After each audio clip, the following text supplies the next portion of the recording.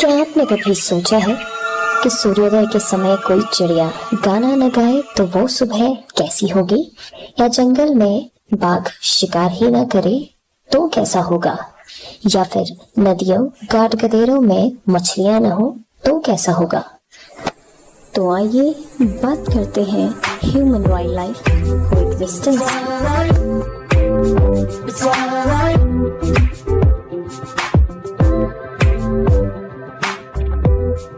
तो wild life आखिर है क्या? बेसिकली वो हर जानवर जो प्रकृति में आजादी से रहता है। सोचिए, टाइगर, एलिफेंट, बर्ड, स्नेक, यहाँ तक कि टाइनी इंसेक्ट्स भी वन्य प्राणी है।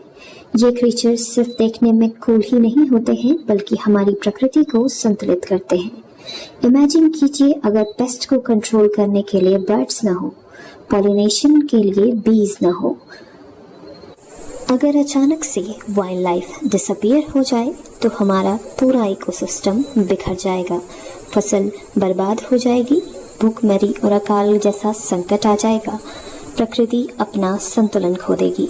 हमें वाइल्ड लाइफ की ज़रूरत केवल फसल तक ही नहीं बल्कि उससे भी कहीं ज़्यादा है।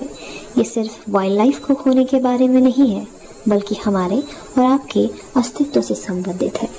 एनिमल्स हमारी फूड चेन यानी खाद्य श्रृंखला में महत्वपूर्ण रोल अदा करते हैं। उनके न होने पर फूड चेन कोलैप्स हो जाएगी, जिसका सीधा असर मानव जीवन पर पड़ेगा क्योंकि मानव भी उसी श्रृंखला का हिस्सा है। अपने वाइल्ड एनिमल्स के द्वारा हमला करने के विषय में सुना होगा, लेकिन सच ये है कि आमतौर पर वे हमला नहीं चाहते। एनिमल्स तभी हमला करते हैं जब वे थ्रेटन्ड फील करते हैं, जब वे अपने बच्चों को प्रोटेक्ट कर रहे होते हैं या फिर जब हम उनके स्पेस में चले जाते हैं। वे बेवजह हमें नुकसान नहीं पहुंचाना चाहते हैं, वे भी हमारी तरह सरवाइव ही कर रहे होते हैं। इसीलिए उनके स्पेस और बाउंड्रीज की रिस्पेक्ट करना ज़रूरी है। कभी भी वाइल्ड एनिमल्स को डिस्टर्ब ना करें, खासकर उनके बच्चों और अंडों से दूर रहें। इमेजिन कीजिए अगर कोई अनजान आदमी आपके घर में घुस जाए तो आप कैसा महसूस करेंगे। एनिमल्स के लिए यह टेरिफाइंग होता है और तभी इस प्रकार की घटनाएं होती हैं।